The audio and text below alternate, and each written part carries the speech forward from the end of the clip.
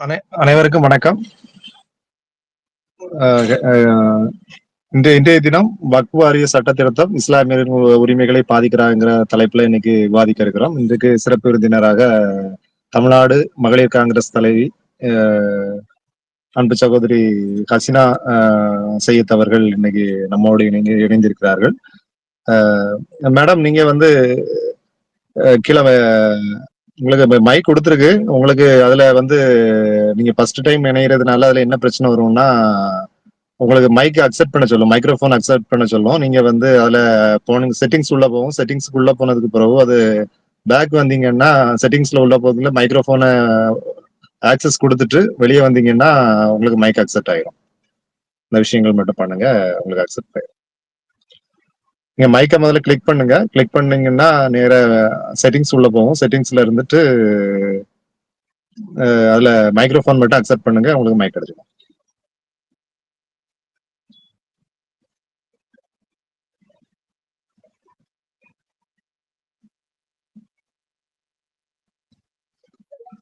Madam வந்துட்டேன். மேடம்க்கு mic கிடைச்சிருச்சு.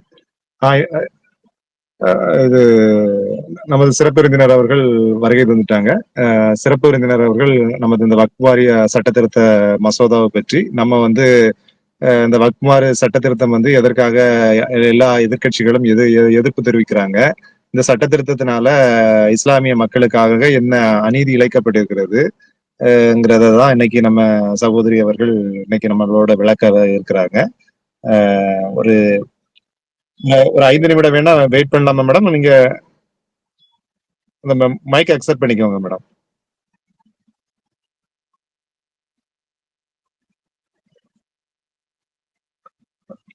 அன்மியூட் பண்ணுங்க, உங்களுக்கு மைக் அக்செப்ட் ஆயிடுச்சு இல்லையா மைக்? ஆமா ஆமா ஆமா ஆமா. ஓகே, ஒரு 5 நிமிஷம் வெயிட் பண்ணலாம் sir. Okay okay okay. Ansari sir, நீங்க ஏதாவது இந்த வக்ஃப் சட்டத்தை பற்றி ஏதாவது உங்களுடைய கருத்து இருந்துச்சுன்னா நீங்க சொல்லுங்க. அதுக்கு பிறகு ஒரு 5 நிமிடத்துக்கு பிறகு உங்க மேடம் பேச ஆரம்பிப்பாங்க. அன்சாரி.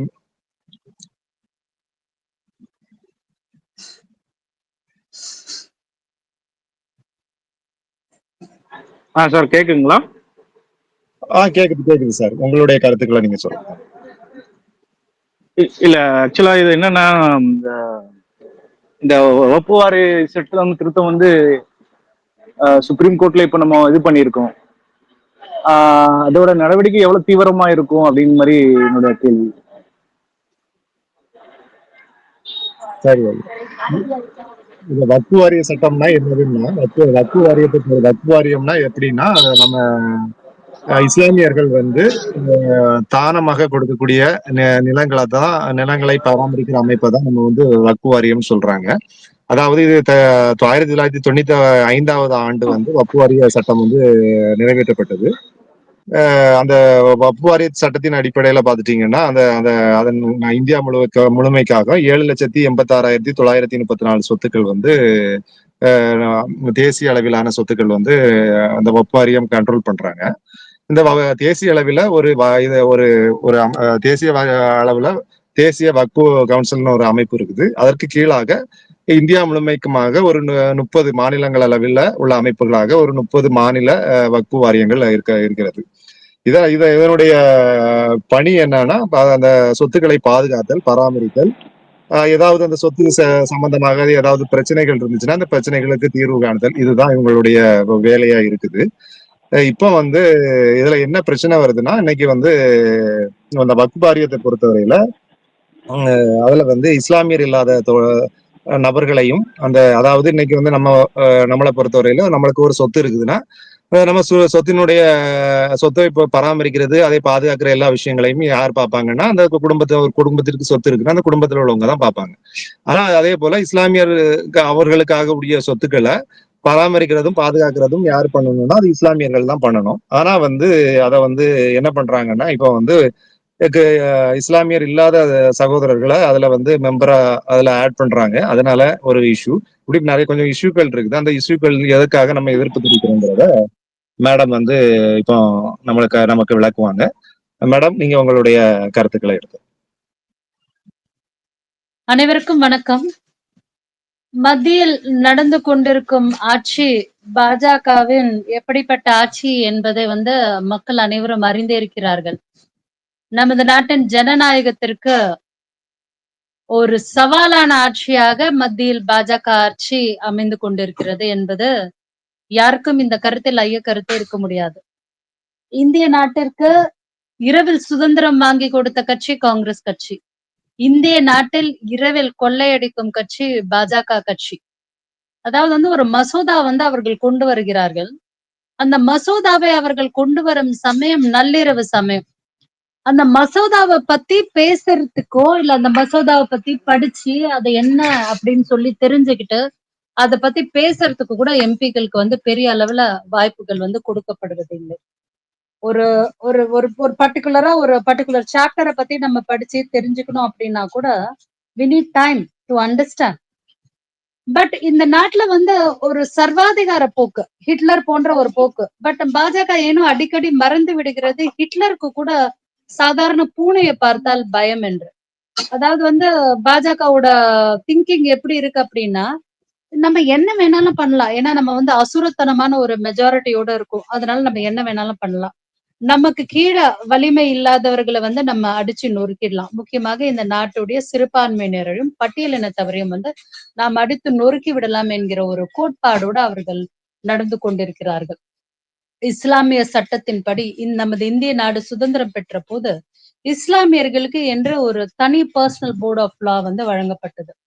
அந்த காலத்துல நாம் சுதந்திரம் பெறுவதற்கு முன்னாடி அபுல் கலாம் ஆசாத் அவர்கள் டெல்லியில் உள்ள ஜாமா மஸ்ஜித்தின் படிக்கட்டுகளில் நின்று கொண்டு, இந்த நாடு நம் நாடு, இந்த நாட்டிற்காக நாம் நமது மூதாதையர்கள் ரத்தத்தை சிந்தியுள்ளார்கள், இந்த நாடு நமக்கான நாடு, நாம் பிறந்த நாடு, இந்த நாட்டை விட்டு நாம் போக போவதில்லை என்று அவர் முழங்கிய முழக்கம் இன்றும் நம் அத்தனை பேருடைய காதுகளிலும் செவிகளிலும் ஒலித்து கொண்டுதான் இருக்கிறது. பாகிஸ்தான் எப்போது வந்து பிரிந்ததோ அப்பவே வந்து அங்க போகணும்னு நினைச்ச இஸ்லாமியர்கள் வந்து போயிட்டாங்க. இங்க நம்ம நாட்டில் இருக்கக்கூடிய இஸ்லாமியர்கள் இந்த நாட்டினுடைய அரசியல் அமைப்பு சட்டத்தை ஏற்றுக்கொண்டு நம் நாட்டின் மீது அன்போடு, நம் நாட்டின் மீது ஒரு பற்றோடு தான் நாம் இந்த நாட்டில் வந்து வாழ்ந்து கொண்டிருக்கின்றோம். ஏனோ இவர்களுக்கு வந்து இது வந்து கண்ணை வந்து கடிக்குது. உலக அளவுல பாத்தீங்க அப்படின்னா கிறிஸ்டியானிட்டி அண்ட் இஸ்லாம் தான் வந்து அதிகப்படியான நாடுகள்ல ஃபாலோ பண்ணக்கூடிய ஒரு மதமாக இருக்கிறது. அப்படி இஸ்லாமியர்கள் வந்து அதிகமான வளம் உள்ளவர்களாக இருக்கிறார்கள். எப்படி இவங்க கிட்ட வந்து வளங்கள் வந்து அதிகமா இருக்கு? ஏன் வந்து இவர்கள் வந்து மத்தவங்களுக்கு வந்து அடிபணிய மாட்டேன்றாங்க? நம்ம மிரட்டுறதுக்கு வந்து ஏன் இவங்க வந்து அடிபணிய மாட்டேன்றாங்க? எத்தனை கேஸ் போட்டாலும் என்ன பண்ணாலும் இப்ப நிறைய வலிமை இல்லாதவர்கள், ஏழ்மையில இருக்கிறவங்களை வந்து நம்ம அடிப்பணிய வச்சிடலாம். ஆனா இந்த இஸ்லாமியர்களை ஏன் அடிப்பணிய வைக்க முடியவில்லை அப்படின்ட்டு அவங்க யோசிச்சு பார்த்த போது இஸ்லாமியர்கள் கிட்ட இருக்கக்கூடிய வளங்கள், முக்கியமாக மசூதிகளின் கட்டுப்பாடுகளில் இருக்கக்கூடிய வக்ஃப் சொத்துக்கள், இஸ்லாமோட 5 pillars ஆஃப் இஸ்லாம் எனப்படக்கூடிய சொல்லக்கூடிய கலிமா, நமாஸ்ல வந்து ஜக்காத் எனப்படக்கூடிய தானம் வருகிறது. இந்த தானத்துல பெரும் பணக்காரர்களாக இருக்கக்கூடியவர்கள் வந்து வக்ஃப் சொத்தை வந்து நிறைய மசூதிகளுக்கு வந்து அவர்கள் வந்து தானமாக கொடுத்து விடுகிறார்கள். இந்த சொத்தை பார்த்தோம் அப்படின்னா இந்தியா முழுவதுல வந்து பல லட்சம் கோடி, பல கோடிகள்ல வந்து இந்த சொத்து இருக்குது அப்படின்றது அவங்களுக்கு வந்து கண்களை வந்து கடிக்குது. அப்போ இவர்களை வந்து வீக்கன் பண்ணணும். நம்ம இவங்க மேல புல்டோசர் ஏத்துறோம், இவங்க வந்து அசர மாட்டேன்றாங்க, நம்ம இவங்களை வந்து எப்படியோ அடிப்பணிய நினைக்கிறோம், இவங்க வந்து அசர மாட்டேன்றாங்க. அப்ப வந்து இந்த வக்ஃப் பில்லை வந்து நாம் கொண்டு வருவோம் என்ற ஒரு சதி திட்டத்தை இந்த பாஜக அரசு தீட்டுகிறது. ஆனா அவங்க ஏதோ வந்து மறந்து விடுகிறார்கள், எந்த பாராளுமன்றத்திலிருந்து இவர்கள் இந்த சட்டத்தை இயக்குகிறார்களோ அதன் முன்னாடி இருக்கக்கூடிய சமாதி, இந்த நாட்டின் முதல் பிரசிடென்ட் ஃபக்ருதீன் அலி அவர்களுடைய சமாதி, அந்த கல்லறையை வந்து இவர்கள் தோண்ட போகிறார்களாம். இவர்களுக்கு என்னவோ கல்லறை மீது ஆசை, கல்லறை மீது இவர்களுக்கு என்னவோ ரொம்ப ஆசையாக இருக்கிறது. இவங்க ஒரு ஸ்ட்ராட்டஜிய வந்து ஒண்ணு ஃபார்ம் பண்ணி அந்த ஸ்ட்ராட்டஜிய வந்து இவர்கள் வந்து ஒரு மேத்தமெட்டிக்கல் அனாலிசிஸ் பண்ணி எப்படி வந்து வீக் பண்றது, ஒரு ரொம்ப ஸ்ட்ராங்கா இருக்கவங்கள எப்படி வீக் பண்றது. இப்ப தமிழ்நாடு அப்படின்னா தமிழ்நாடோட பலம் என்ன, அவர்களை எப்படி வீக் பண்றது, அஇஅதிமுக வந்து எத்தனை ரெய்டு பண்றது, எத்தனை ரெய்டு பண்ணி அவர்களை வந்து பணிய வைக்கிறது, இஸ்லாமியர்கள் மேல நம்ம ஆதிக்கம் எப்படி செலுத்துகிறது, நம்ம ஆதிக்கம் செலுத்துவதற்கு என்ன பண்ணணும், முதல்ல வந்து அவங்கள புவராக்கணும். அப்ப அவர்களை புவராக்குறதுக்கு கண்டிப்பாக வந்து அவர்களுடைய சொத்துக்களை வந்து அழிக்க வேண்டும். இந்த சொத்துக்களை இவர்கள் அபகரிக்கிறதுக்கு முக்கியமான இன்னொரு ஒரு காரணமும் இருக்கு. அம்பானியோட வீடு அம்பானியோட வீடு வக்ஃப் சொத்துல ஆக்கிரமிக்கப்பட்டு அத்தனை பல லட்சம் கோடியில அவங்க கட்டியிருக்கிற அந்த வீடு வக்ஃபுடைய சொத்து அப்படிங்கிறது வந்து நிறைய பேருக்கு வந்து தெரிய வாய்ப்பில்லை. அவர்களை ப்ரொடெக்ட் பண்றதுக்கு கூட வந்து இவர்கள் இந்த மாதிரியான ஒரு சட்டத்தை கொண்டு வருகிறார்கள். இந்த நாட்டுல முக்கியமாக பாஜக இயற்றக்கூடிய பாதி சட்டங்களுக்கு மேல் வந்து பிசினஸ் மேனை வந்து பாதுகாக்கக்கூடிய ஒரு சட்டங்களாக தான் இருந்து கொண்டிருக்கிறது. ஆனா அப்படியெல்லாம் வந்து இந்த வக்ஃப் சட்டத்தை வந்து நம்ம மேல இம்ப்ளிமெண்ட் பண்ணி ஃபோர்ஸ் பண்ணிவிட முடியுமா அப்படின்னா கிடையாது. அன்பு தலைவர் ராகுல் காந்திஜி அவர்கள் ஏற்கனவே கூறியது போல தெரு முனையிலிருந்து பாராளுமன்றம் வரை நம் நாட்டிற்கான இந்த அரசியலமைப்பு சட்டத்தை பாதுகாப்பதற்காக போராடி கொண்டிருக்கிறார்கள். அவர்களின் வழியிலேயே காங்கிரஸ் தொண்டர்களாகிய நாம் வந்து போராடி கொண்டிருக்கிறோம். இன்னைக்கு வந்து நம்ம இந்த ராஜீவ்காந்தி பஞ்சாயத்து ராஜ் சதன் மூலமாக நாம் இந்த ஒரு வாயிலாக நாம் இதில் இணைந்துள்ளோம். இதுல சசிகுமார் அவர்கள் இருக்கிறார்கள், அதோட மாநில தலைவர். இதை ஆர்கனைஸ் பண்ண ஆண்டோ பொன்னே அவர்களுக்கும் என்னுடைய வாழ்த்துக்கள். நாம முக்கியமா என்ன தெரிஞ்சுக்கணும் அப்படின்னா, இந்த நாட்டிற்கு எத்தனை விதமான வளங்களை கொடுத்தது வந்து காங்கிரஸ் கட்சி. ஃபார் எக்ஸாம்பிள் பஞ்சாயத்து ராஜ்ல பெண்களுக்கு முன்னுரிமை கொடுத்தது ராஜீவ்காந்தி. இப்படி இவர்கள் வந்து எத்தனை பாபர்களை, எத்தனை அக்பர்களை இவர்கள் வந்து நம்மள மறக்க வைத்து விட முடியும். காங்கிரஸ் ஆபீஸ் இருக்கிறது அக்பர் ரோடு என்கிற பெயரை மாற்ற வேண்டும். இவர்களுக்கு வந்து நின்னால் குற்றம், உட்கார்ந்தால் குற்றம். ஜவஹர்லால் நேருவை அத்தனைக்கும் வந்து குற்றம் சாட்டுவார்கள். ஆனால் இவர்கள வந்து பாதி பேர் படிச்சதே டெல்லி ஜவஹர்லால் நேரு யூனிவர்சிட்டியில தான். ஜேஎன்யூ ஸ்டூடெண்ட்ஸ் அப்படின்னா வந்து டெல்லியில வந்து ஒரு பெரிய கிரேஸ் உண்டு. சோ பாதி பேர் இவர்கள் இன்னைக்கு சட்ட மேதையாக, இவர்கள் அறிவியல் மேதையாக, இவர்கள் மேதைகளாக வெளிவந்துள்ளது அந்த பர்டிகுலர் காலேஜ்ல தான் அப்படிங்கறது வந்து இவர்கள் ஏனோ மறந்து விடுகிறார்கள். முக்கியமாக நம்மளுடைய நாடு அப்படிங்கிறது ஒரு செக்யூலர் ஃபேப்ரிக் ஆன ஒரு நாடு. வேற்றுமையில் ஒற்றுமை என்பது நமது நாட்டின் கோட்பாடு. வேற்றுமையில் ஒற்றுமை அப்படிங்கிற ஒரு சித்தாந்தத்துலதான் நாம ஊறி ஊறி ஊறி வந்து நாம் வளர்ந்திருக்கிறோம்.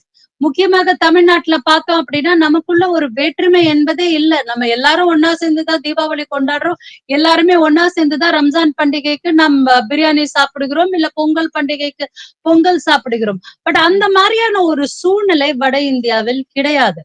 நான் கிட்டத்தட்ட என்னுடைய அரசியல் பயணம் மாணவர் பருவத்திலிருந்து கிட்டத்தட்ட 30 வருட கால என்னுடைய அரசியல் பயணத்தில் கன்னியாகுமரியிலிருந்து காஷ்மீர் வரை என்பதை மீறி நான் அதையும் தாண்டி யூனியன் டெரிட்டரிஸான அந்தமான், லட்சத்தீவு போன்ற யூனியன் டெரிட்டரிஸோட இன்சார்ஜாக இருந்திருக்கிறேன். இதுல ஒரு சுவாரஸ்யமான விஷயத்த நான் உங்ககிட்ட பகிர்ந்து கொள்ள விருப்பப்படுகிறேன். லட்சத்தீவு அப்படிங்கிற ஒரு தீவு, அதாவது வந்து கேரளால இருந்து அந்த தீவுக்கு போறதுக்கு வெறும் ஷிப்ஸ் மட்டும்தான் உண்டு. அதுக்கப்புறமா ஒரே ஒரு பிளைட் மட்டும்தான் உண்டு. கொச்சின் வழியா அங்க போகணும். அங்க வாழக்கூடிய மக்கள் 100% இஸ்லாமியர்கள். வேற எல்லா மாநிலங்கள்லயும் வந்து இஸ்லாமியர்களை வந்து ஓபிசி இல்ல பேக்வர்ட் கிளாஸ் இல்ல எம்பிசி அப்படின்ட்டு தான் சொல்றோம். பட் லட்சத்தீவுல வாழக்கூடிய இஸ்லாமியர்கள் மட்டும் வந்து ஸ்கெடியூல் ட்ரைபல் கம்யூனிட்டியில வந்து அவர்கள் வராங்க. ட்ரைபலை வந்து அவர்கள் சார்ந்திருக்கிறார்கள். அங்க வந்து வாழக்கூடிய சூழல் எப்படி இருக்கு அப்படின்னா, பள்ளிவாசலுக்கு வந்து அவர்கள் நமாஸ்க்கு போகும்போது அங்க கடையை நடத்துறவங்க வந்து கடையை மூடிட்டு போக மாட்டாங்க. கடையை திறந்து வச்சுட்டு தான் போவாங்க. அங்க ஒரு திருட்டும் நடக்காது. அதே மாதிரி அங்க இருக்கக்கூடிய ஆபீசர்ஸ் வெளி மாநிலங்கள்ல இருந்து வந்து வேலை செய்யக்கூடிய ஆபீசர்ஸ் வந்து வேற மதக்காரங்களா இருக்கலாம். பட் ஆனாலும் அவர்களோட அவங்க வந்து ஒற்றுமையாக இருப்பார்கள். ஆனா அங்க வந்து பிரஃபுல் பட்டேல் அப்படிங்கிற ஒரு அட்மினிஸ்ட்ரேட்டர், அங்க ஒரே ஒரு எம்பி தொகுதி தான், மத்ததெல்லாம் பஞ்சாயத்து ராஜ் தான், எம்எல்ஏ கிடையாது. அப்துல்லா சயீத் அப்படின்ட்டு நம்மளுடைய காங்கிரஸை சார்ந்த எம்பி தான் இப்போ PM சயீத் சாப் அப்படிங்கிறவர் கிட்டத்தட்ட 7 தரம் அங்க இருந்து பாராளுமன்றத்துக்கு எலெக்ட் ஆயிருக்காரு. அவருடைய தந்தை நம்மளுடைய மத்திய அமைச்சராகவும் இருந்திருக்கிறார். அங்க போய் எந்த விதமான பிரச்சனைகளை இவர்கள் உருவாக்கினார்கள் என்பதை வந்து நம்ம கொஞ்ச நாளைக்கு முன்னாடி பார்த்திருக்கலாம். லட்சத்தீவு வந்து இட்ஸ் பியூட்டிஃபுல் ஐலாண்ட், அங்க வந்து நீங்க இதை பண்ணக்கூடாது அதை பண்ணக்கூடாதுன்ட்டு எந்த அளவுக்கு வந்து மோடி அவர்கள் அங்க போய் பிரச்சனைகளை உருவாக்குனார்கள் இவர் மூலியமா அப்படிங்கறத வந்து நம்ம எல்லாரும் பார்த்துட்டு தான் இருக்கோம். சோ பர்டிகுலரா பாஜகவுக்கு இஸ்லாம் மீது ஒரு வெறுப்பு, பர்டிகுலரா அசீனா என்ற பெயர் மீது, முகமது என்கிற பெயர் மீது, சல்மான் என்கிற பெயர் மீது, அந்த பெயரை சொன்னாலே அவர்களுக்கு வெறுப்பு. ஏனென்றால் அவர்கள் RSS சித்தாந்தவாதிகள், அவர்கள் கோட்சேவை பூஜிக்க கூடியவர்கள். நாம் காந்தியை பூஜித்தால் அவர் காந்தியினுடைய கொலையாளி, கோட்சேவை பூஜிக்க கூடிய ஒரு சித்தாந்தத்தை சார்ந்து வருகிறார்கள். RSS தலைமையகம் நாக்பூரில் இது நாள் வரை ஒரு நாள் கூட நம்முடைய இந்திய தேசிய கொடி ஏற்றப்படவில்லை என்பது வெட்கக்கேடான ஒரு விஷயம். 10 ஆண்டு காலம் நமது பாரத பிரதமராகி இதுவரைக்கும் வந்து ஒரு ரமதான் மாதத்தில் கூட இஸ்லாமியர்களுக்கு வந்து கூப்பிட்டு இஃப்தியார் விருந்து கொடுத்தது கிடையாது.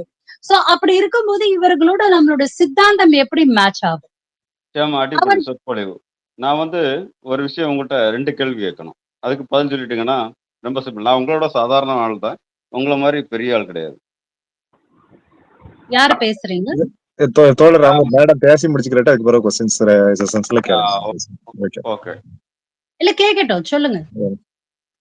சரி. வகுப்பு வாரிய சட்ட திருத்தம் இஸ்லாமியர்களின் உரிமைகளை பறிக்கிறதா? அதுக்கு மட்டும் வந்து தெளிவான ஒரு பதில் சொல்லுங்க பாப்போம்.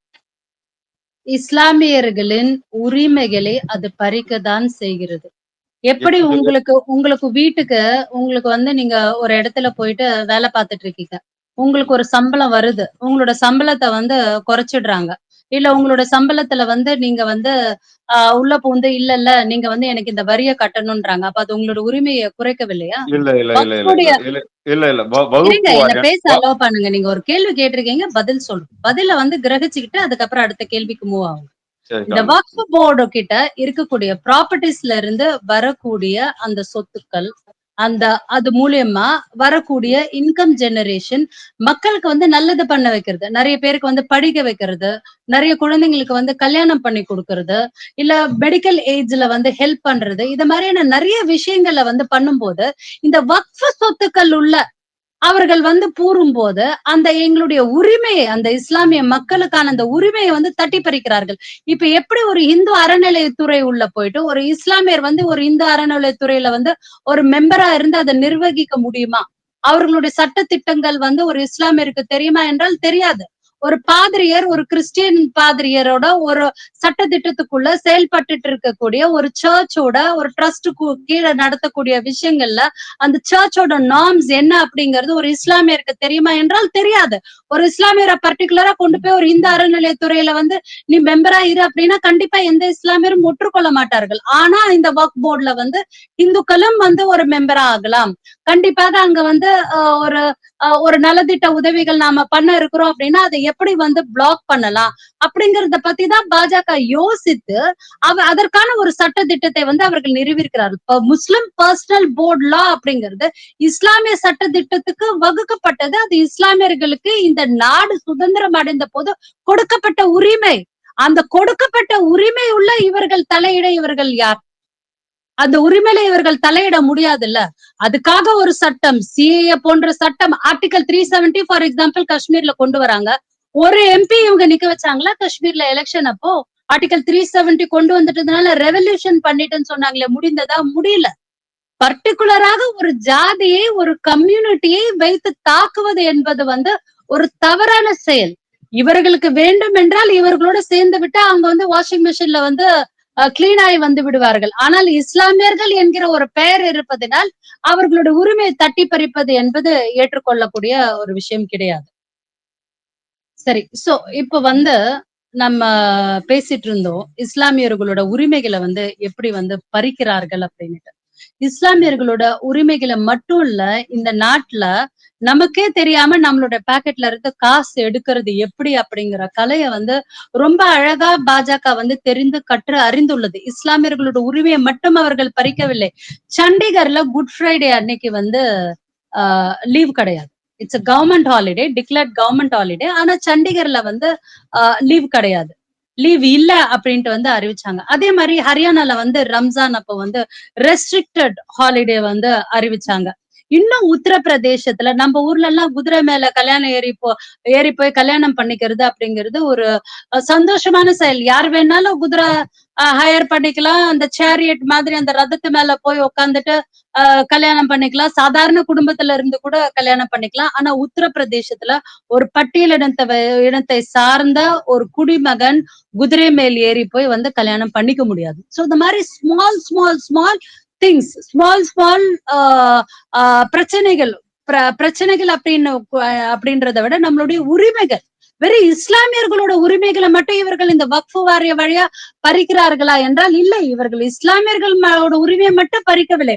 ஒட்டுமொத்தமாக இவர்களுடைய கொள்கை ஹிந்து ராஷ்டிரா, இந்துஸ்தான் அப்படிங்கறத அன்னை இந்திரா காந்தி எப்படி பார்த்தார்? விண்வெளியிலிருந்து நீங்க நாசாவில் இருந்து நீங்கள் இந்தியாவை பார்க்கும் போது இந்தியா எப்படி இருந்தது அப்படின்னு தான் அம்மா கேட்டாங்க. சாரே ஜஹான் சே அச்சா ஹிந்துஸ்தான் ஹமாரா அப்படிங்கிற பதில் வந்தது. இவர்களுக்கு அது போன்ற ஒரு பதில் கிடையாது. ஹிந்து ராஷ்டிரா, ஹிந்தி மட்டும்தான் எல்லாரும் பேசணும், ஹிந்துத்துவா மட்டும்தான் எல்லாரும் வந்து ஃபாலோ பண்ணணும், அப்படிதான் நாங்க வந்து ஆட்சி செய்ய முடியும் அப்படிங்கிற ஒரு கொள்கையில வந்து இவர்கள் நடந்து கொள்கிறார்கள். RSS வந்து நிறுவப்பட்டு 100 ஆண்டு காலம் வந்து இந்த கடந்த 30ஆம் தேதி அன்று நிறைவடைந்தது. அப்ப அந்த 30ஆம் தேதி நாக்பூர் தலைமையகத்துல RSS ஓட 100 ஆண்டு காலங்களை வந்து அவங்க கொண்டாடுறாங்க. எப்படி கொண்டாடுறாங்க? அதற்கு 10 நாள் முன்னாடி கல்லறையில 1700கள்ல வந்து இறந்து போன உறங்கி கொண்டிருக்கிற அவுரங்கசீப் என்கிற மகாவீரனை பிரச்சனைக்கு இழுத்து அவர்கள் வந்து நாக்பூர்ல கலவரத்தை வந்து தூண்டி விடுகிறார்கள். இது எந்த விதத்தில் நியாயம்? இந்த நாட்டில் வசிக்கக்கூடிய சிறுபான்மையினருக்கும் பட்டியலினத்தவருக்கும் இந்த நாட்டில் ஒரு அமைதியாக வாழக்கூடிய ஒரு சூழ்நிலை இல்லையா? அதே மாதிரிதான் உத்தரப்பிரதேசத்துல நம்ம ஊர்ல வந்து அவரவர்களுக்கு என்ன பிடிக்கிறதோ அதை சாப்பிடலாம். அவர்களுக்கு என்ன உடை அணிய விருப்பப்படுகிறோமோ அவர்கள் அணியலாம். இது வந்து நம்மளோட கான்ஸ்டிடியூஷன்ல நமக்கு கொடுத்திருக்கக்கூடிய ரைட்ஸ். ஆனா உத்தரப்பிரதேசத்துல வந்து ஆர்டினரியா மட்டன் வாங்கிட்டு போற ஒரு சாதாரண இஸ்லாமியர் ஃபேமிலிய கூட நீ பீஃப் சாப்பிடுற அப்படின்னு சொல்லிட்டு அவர்களை வந்து அடித்து துன்புறுத்தக்கூடிய ஒரு சிச்சுவேஷன் இருக்கு. கேரளால எல்லாம் பாதி இடத்துல வந்து பீஃப் இல்லாம அங்க உணவு வகைகளே கிடையாது.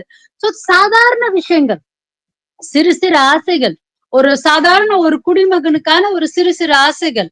ஓகே, ஒரு சர்டன் ஏஜுக்கு அப்புறமா வந்து அந்த பசுக்களுக்கு வந்து வயதாகி விடும் போது அது ஸ்லாட்டரிங்க்கு தான் செல்லப்படுகிறது. அப்படி இந்த ஸ்லாட்டரிங் அப்படிங்கும் போது அதை வந்து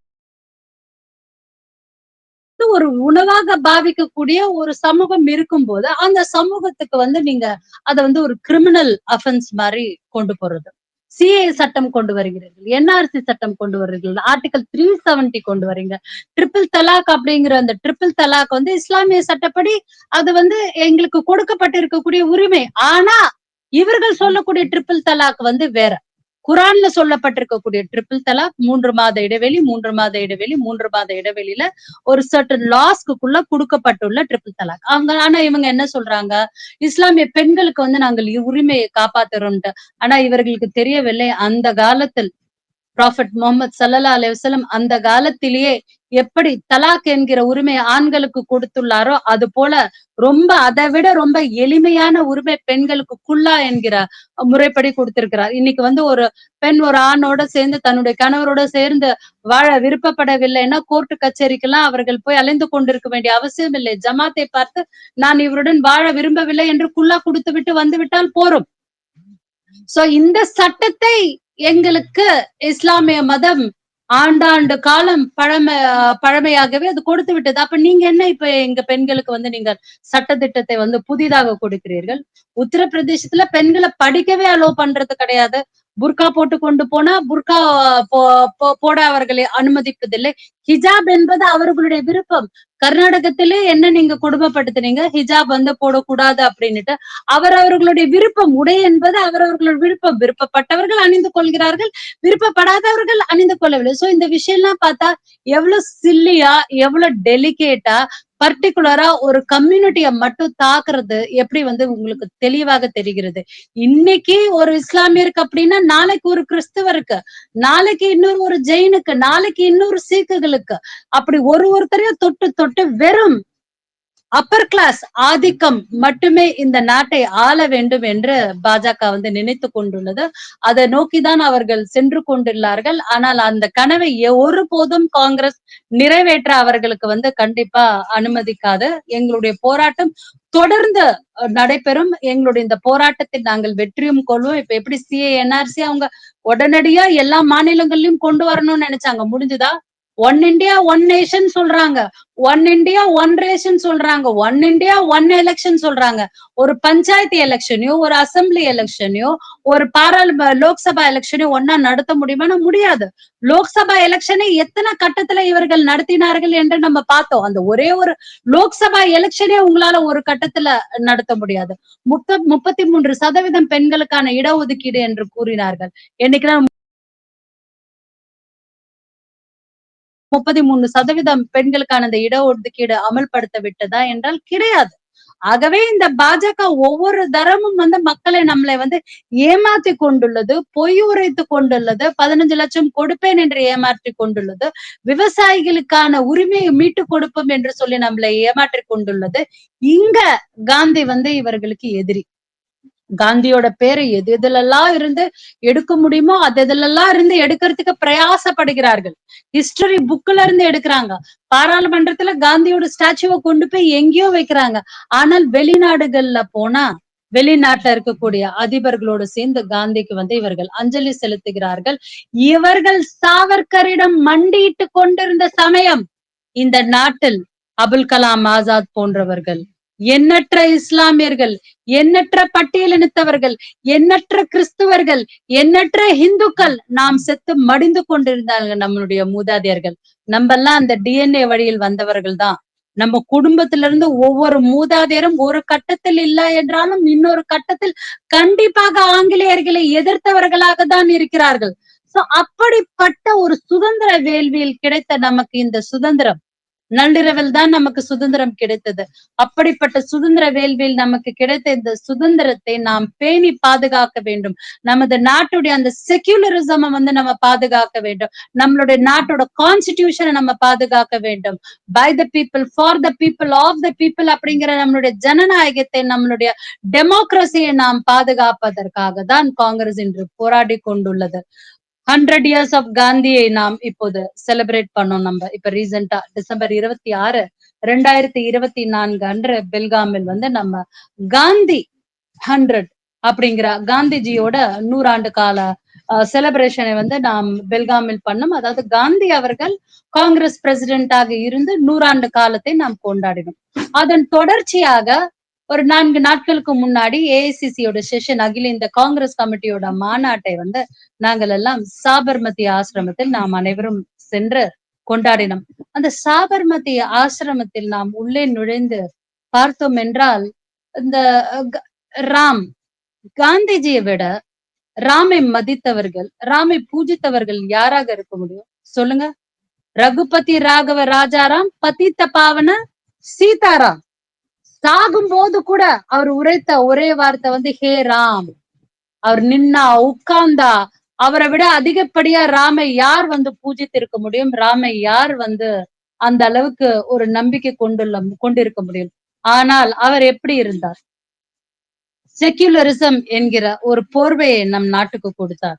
அந்த செக்யூலரிசம் என்கிற ஒரு கதரை அவர் நெய்ந்து கொடுத்தார். செக்யூலரிசம் எனக்கூடிய அந்த கதர் ஆடை, அந்த ஃபேப்ரிக், அந்த ஃபேப்ரிக்கில் இந்த நாட்டில் வாழக்கூடிய இந்துக்கள், இஸ்லாமியர்கள், கிறிஸ்தவர்கள் என்று நாம் அனைவரும் ஒன்றாக இருந்தோம். அந்த செக்யூலரிசத்தை கொண்டாடியதுதான் காங்கிரஸ் கட்சி. அந்த சாபர்மதி ஆசிரமத்தில் அவர் எந்த அளவுக்கு வந்து ஒரு எளிமையான வாழ்க்கையை அவர் வாழ்ந்திருக்கிறார் அப்படிங்கறத நீங்க எல்லாம் கண்டிப்பா போய் ஒரு தரம் வாய்ப்பு கிடைச்சால் சகோதர சகோதரிகள் கண்டிப்பா சாபர்மதி ஆசிரமம் போயிட்டு வரணும். உங்களுக்கு அந்த அளவுக்கு ஒரு எனர்ஜி, ஒரு பூஸ்டிங் கிடைக்கும். அதே மாதிரிதான் வர்தா ஆசிரமம். வர்தா ஆசிரமத்துல ஒரு special training Meenakshi Natarajan madam, Sachin Raoji நடத்துவாங்க. நீங்க அங்கேயும் கண்டிப்பா போயிட்டு வரணும். போயிட்டு வந்தீங்கன்னா உங்களுக்கு செக்குலரிசம்னா என்னன்னு புரியும், காந்தினா என்னன்னு புரியும். ஒன்ஸ் உங்களுக்கு காந்தி அப்படின்னா என்னன்னு புரிஞ்சிடுச்சு அப்படின்னா செக்குலரிசம் என்றால் என்னன்னு புரியும். இன்னைக்கு நான் ஒரு இஸ்லாமிய சகோதரி அப்படிங்கிறதுனால இந்த வக்ஃப் சட்டத்தை வந்து நான் எதிர்க்கவில்லை. ஒரு இந்திய நாட்டின் பிரஜையாகவும் நான் இந்த வக்ஃப் சட்டத்தை எதிர்க்கிறேன். இதே மாதிரி ஒரு குறை நாளைக்கு என்னோட கிறிஸ்தவ சகோதரனுக்கு வந்தாலும் எதிர்ப்பேன். இதே மாதிரி இந்து சகோதரர்களுக்கு வந்தாலும் எதிர்ப்பேன். இதுல பாதிக்கப்படுகிறது வெறும் கிறிஸ்தவ சகோதரியோ இல்ல இஸ்லாமிய சகோதரியோ இல்ல இந்துக்கள் சகோதரியோ கிடையாது. அந்த வக்ஃப் சட்டத்தின் கீழ் வக்ஃபுடைய சொத்துக்களினால், வக்ஃபுடைய வரக்கூடிய வருமானத்தினால் நிறைய மசூதிகள் எத்தனையோ இந்து குழந்தைகளுக்கும் உதவுகிறது, எத்தனையோ கிறிஸ்தவ குழந்தைகளுக்கும் கூட தான் உதவுகிறது. எத்தனை கிறிஸ்டியன் மிஷன்ல இருந்து நிறைய என்ஜிஓஸ்க்கு ஃபண்ட்ஸ் வருதுன்னு தெரியுமா? அப்ப அந்த கிறிஸ்டியன் மிஷன் சொல்லுகிறதா வெறும் கிறிஸ்டியனுக்கு மட்டும்தான் நாங்க ஃபண்ட் கொடுப்போம் அப்படின்னுட்டு? அப்ப அந்த வக்ஃப் போர்ட்ல வரக்கூடிய நலத்திட்டங்களை வந்து வக்ஃப் போர்டு என்னைக்குன்னா சொல்லியிருக்கா வெறும் இஸ்லாமியர்களுக்கு மட்டும்தான் வந்து நாங்க வந்து இந்த ஸ்காலர்ஷிப் எல்லாம் கொடுப்போம், இல்ல நாங்க வந்து துணி கொடுப்போம், இல்ல நாங்க பெட்ஷீட் கொடுப்போம், இல்ல நாங்க உணவு கொடுப்போம்? ரம்ஜான் மாதத்தில் நீங்க எந்த மசூதிகளுக்கு போய் நீங்க நின்னீங்கனாலும் அங்க நோன்பு கஞ்சி என்கிற நோன்பு கஞ்சி அனைவருக்கும் கொடுக்கப்படுகிறது. கண்டிப்பாக அது வக்ஃபுடைய சொத்துக்களினால் வரக்கூடிய வருமானத்தில் ஒரு பங்கும், மற்றபடி அங்க இருக்கக்கூடிய அந்த பகுதியில் இருக்கக்கூடிய இஸ்லாமியர்கள் அந்த மசூதிக்கு கொடுக்கக்கூடிய தானத்தினால் வரக்கூடிய ஒரு பங்கும் தான். இதே ஒரு இந்து அரசியல் சாசன சட்டப்படி அந்த இந்து நலத்துறை அமைச்சகத்தின் கீழ் வரக்கூடிய சொத்துக்களை நீங்க இந்த மாதிரி ஒரு அமெண்ட்மெண்ட் போட்டு மாத்துவீங்களா அப்படின்னா கிடையாது. அதே மாதிரி இங்க தமிழ்நாட்டுல வந்து ஹிந்தியை எப்படி நீங்க தேர்ட் லாங்குவேஜா ஃபோர்ஸ் பண்றீங்களோ, அந்த மாதிரி செகண்ட் லாங்குவேஜா ஃபோர்ஸ் பண்ணி கொண்டு வர நீங்க நினைக்கிறீங்களோ, அத மாதிரி நீங்க உத்தரப்பிரதேஷ், உத்தரகாண்ட் நீங்க ஆண்டு கொண்டிருக்கிற மாநிலங்கள்ல சொல்லுங்க. ஹிந்திக்கு அப்புறமா என்ன லாங்குவேஜ், ஹிந்தி இங்கிலீஷ்க்கு அப்புறமா நீங்க அங்க சமஸ்கிருதத்தை சொல்லி கொடுக்குறீங்களா? இல்ல நீங்க அங்க சமஸ்கிருதத்தை வந்து நீங்க ஃபோர்ஸ் பண்ணுகிறீர்களா? கிடையாது. நீங்கள் ஆண்டு கொண்டிருக்கக்கூடிய மாநிலங்களுக்கு ஒரு சட்டம், மற்ற கட்சி ஆண்டு கொண்டிருக்கக்கூடிய மாநிலங்களுக்கு ஒரு சட்டம், உங்களுக்கு தேவையான இந்து ராஷ்டிரத்துக்கு ஒரு சட்டம், மகாராஷ்டிராவில் ஒரு சட்டம், தமிழ்நாட்டில் ஒரு சட்டம். அப்படி ஒரு சட்டத்தை ஏற்றுக்கொள்ளக்கூடிய நிலையில் பக்குவத்தில் காங்கிரஸ் கிடையாது. மக்களுக்கான உரிமைகளை மீட்டு கொடுக்கும் வரை காங்கிரஸ் போராடி கொண்டேதான் இருக்கும். தொடர்ந்து போராடும். எங்களுடைய இந்த போராட்டத்தில் கண்டிப்பாக எங்களுடைய அன்பு தலைவர் ராகுல் காந்திஜி அவர்களின் தலைமையில் முன்பு எப்போதுமே நாங்கள் அன்னை சோனியா காந்திஜி அவர்களின் தலைமையில் ஜெயித்து கொண்டிருந்தது போல் இந்த தரமும் ஜெயித்தே தீருவோம். வேற எதனா கேள்வி இருக்கா? இது அன்சாரி தோழர், நீங்க கொஸ்டின் கேட்டீங்களா? என்ன கொஸ்டின்ஸ் கேளுங்க, சொல்லுவாங்க. அதாவது இந்த சுப்ரீம் கோர்ட்ல வந்து இது கொண்டு போறோம் இல்லைங்களா, அதோட தன்மை எப்படி இருக்கும் அப்படின்னு கேக்குறேன். சுப்ரீம் கோர்ட்லயும் வந்து நிறைய பாஜக ஆட்சியில நீங்க பாத்திருக்கலாம், நிறைய ஜட்ஜஸ், இன்ஃபேக்ட் ஒரு சில சுப்ரீம் கோர்ட் ஜட்ஜஸ் எல்லாம் வெளியில வந்து எங்களுடைய உயிருக்கு பாதுகாப்பு இல்லை அப்படின்ட்டு சொல்லக்கூடிய சூழ்நிலை இருந்ததை நீங்க பாத்திருக்கலாம். பட் ஆனா சுப்ரீம் கோர்ட்டை பொறுத்த வரைக்கும் கண்டிப்பாக நம்மளுடைய இந்திய அரசியலமைப்பு சட்டத்தில் கண்டிப்பாக இந்த வக்ஃப் போர்டுக்கு எதிரான ஒரு தீர்ப்பு வரும். அங்க இருக்கக்கூடிய முக்கியமான லாயர்ஸ் எல்லாம் இதுல என்கேஜ் ஆயிருக்காங்க. நம்மளுடைய முன்னாள் மத்திய அமைச்சர் சல்மான் குர்ஷித் போன்றவர்கள் காங்கிரஸிடம் வந்து நாட்டில் இல்லாத அளவுக்கு வந்து ரொம்ப எமினன்டான லாயர்ஸ் இருக்காங்க. முக்கியமாக பார் கவுன்சில், சுப்ரீம் கோர்ட்டோட பார் கவுன்சில்ல பாத்தீங்க அப்படின்னா நிறைய எமினன்டான இஸ்லாமிய லாயர்ஸ் இருக்காங்க. கண்டிப்பாக நம்மளுடைய சைட்ல இருக்கக்கூடிய அத்தனை அடிப்படையான உண்மைகளையும் இந்திய அரசியல் சாசனத்தில் இருக்கக்கூடிய அந்த விஷயங்களையும் கோடிட்டு காண்பிப்போம். கண்டிப்பாக இதுல வந்து நமக்கு ஒரு இன்ஷா அல்லாஹ் ஒரு நல்ல ஒரு பெரிய வெற்றி கிடைக்கும். நான் ஏன் கேக்குறேன்னா, பாபர் மசூதி அந்த தீர்ப்பு பாத்தீங்கன்னா சரிசமமா வந்தது, அந்த மாதிரி எதுவும் மெத்தனமா வந்துடுமா அப்படின்ட்டு நான் கேள்வி வைக்கிறேன். அதாவது ஒரு விஷயம் கோர்ட்ல இருக்கும்போது நம்ம அதை பத்தி விவாதிக்கிறது வந்து லீகலா கரெக்ட் கிடையாது. அதனாலதான் நான் உங்களுக்கு சூசகமாக பதில் சொல்ல வேண்டிய ஒரு கட்டாயத்துல இருக்கேன். எந்த ஒரு விஷயமே when it is under the jurisdiction of law we cannot comment on it. So அது okay, but what are the steps to be taken நான் கேக்குறேன். ஐ மீன் measurement We have already taken a step. We have filed a case and the case is under pursuance. நம்ம already case file பண்ணிட்டோம். Case நடக்க போகிறது, நடந்து கொண்டு இருக்கிறது. அதுல கண்டிப்பாக நமக்கு நம்ம வெற்றி பெறுவோம் அப்படின்னு நம்ம நம்புறோம். டாக்டர் டேனியல் தோழர், உங்களுடைய கருத்துக்கள். நான் ஒரே ஒரு கேள்வி இருக்கு, சொல்ல கேட்கவா? சொல்லுங்க டேனியல் சார். ஓகே. ஆக்சுவலி வந்து இப்ப இருக்கிற RSS கட்சி எல்லாத்தையும் வந்து குழப்பிக்கிட்டே தான் இருக்காங்க.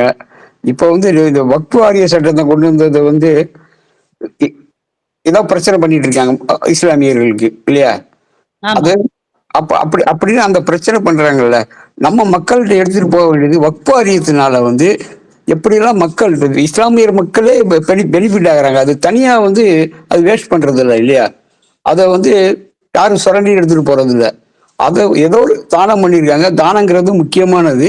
தானத்தை எடுத்து ஒரு கன்சாலிடேட் பண்ணி ஒரு அமைப்பு கொடுத்து, அதுவும் அரசியல் அது இருக்குல்ல, உரிமையோட இருக்கிற அமைது. அதை வந்து இதெல்லாம் நம்ம பண்ணிக்கிட்டு இருக்காங்க. சொன்னீங்க நீங்க முஸ்லீம் இஸ்லாம் தேர மத்தவங்களுக்கும் பயன்படுறாங்க.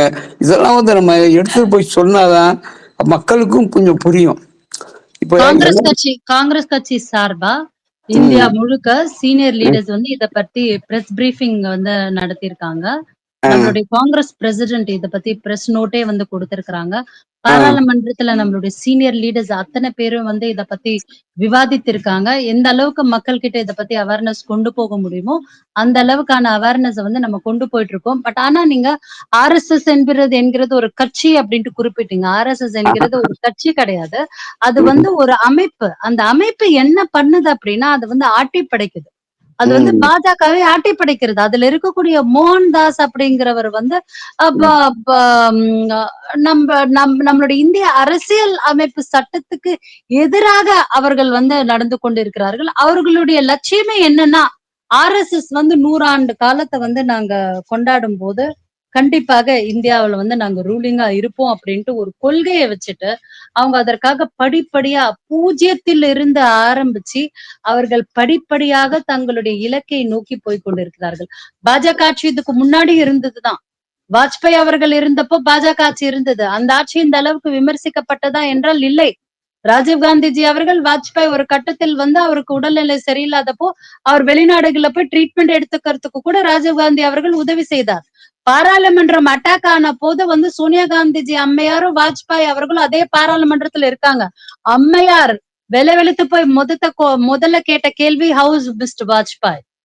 சோ அந்த அளவுக்கு அரசியல்ல ஒரு நாகரிகம் இருந்தது, அந்த அளவுக்கு ஒரு ஹெல்த்தியான ஒரு சிச்சுவேஷன் நம்ம நாட்டுல இருந்தது. ஆனால் இப்போது இருக்கக்கூடியவர்கள் இவர்கள் எல்லாம் வந்து ஒரு அடிப்படையான ஒரு அரசியல் கட்டமைப்பில இருந்து வளராதவர்கள். இவர்கள் எல்லாம் அடிப்படையாக ஒரு RSS ஓட கட்டமைப்பில இருந்து வளர்ந்தவங்க. நீங்க சொல்லுங்க, RSSல எத்தனை பேர் முக்கியமான உறுப்பினர்களா இருக்காங்கன்னு சொல்லுங்க. வெறும் ஒரு 2500க்கும் குறைவானவர்கள் தான். அதுல 90% பேர் வந்து கல்யாணமே பண்ணிக்காதவங்க. இந்த RSS ஓட இந்த சிப்பாய் உங்களுக்கு எப்படின்ட்டு வந்து நீங்க அவங்கள RSS ஓட ஏஜென்ட் சிப்பாய்ன்றதை நீங்க வந்து அவங்களை ஐடென்டிஃபையே பண்ணிக்க முடியாது. இவங்க எப்படி ஊடுருவாங்க அப்படின்னா ஒரு ஸ்லீப்பர் செல் மாதிரி ஊடுருவாங்க. முக்கியமா உத்தரப்பிரதேஷ் போன்ற மாநிலத்துல, ஏன்னா அங்கதான் வந்து 80 சீட்ஸ்க்கு மேல இருக்கு பார்லிமெண்ட்டுக்கு.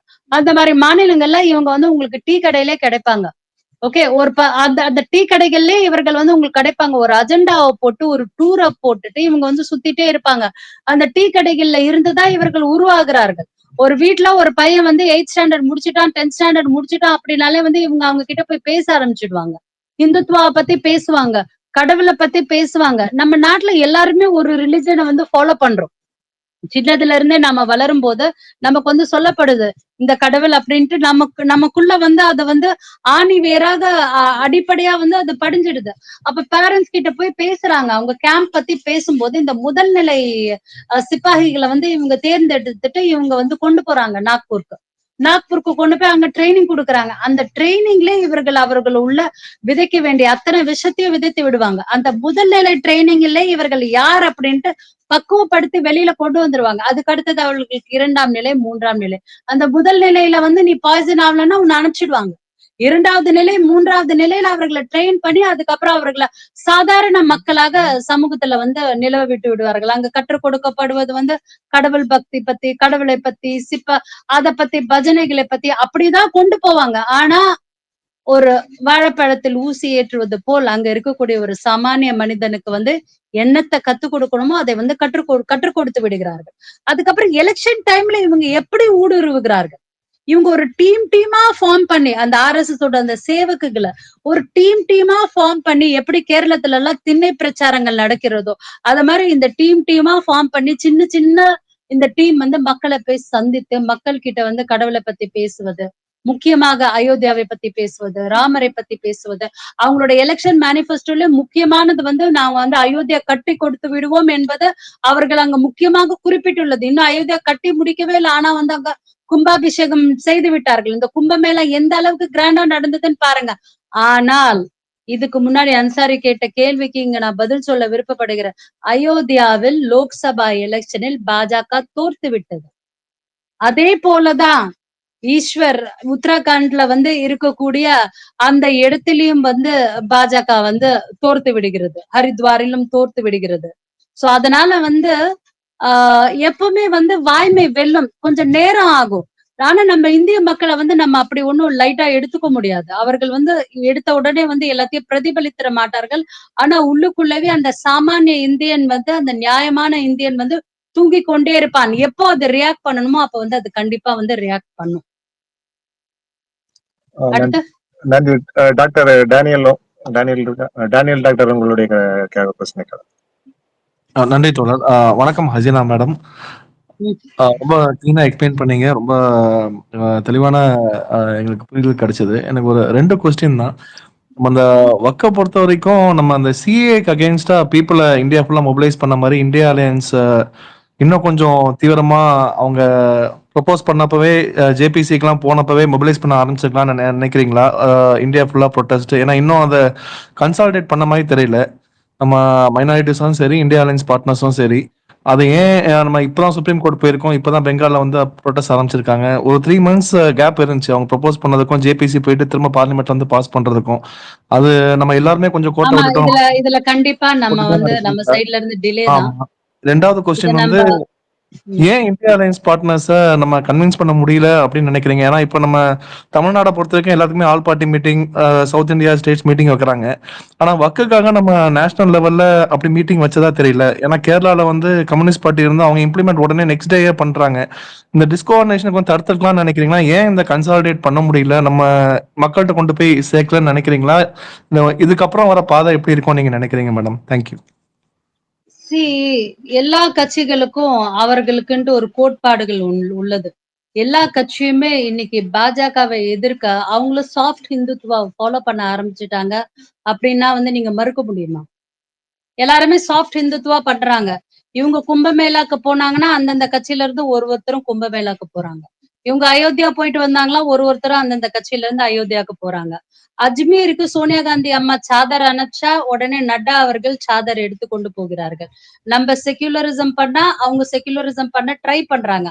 ஆனால் என்ன வெட்கக்கேடான ஒரு விஷயம் அப்படின்னா பாஜகவுக்கு பாராளுமன்றத்தில் ஒரு இஸ்லாமிய MP கூட கிடையாது.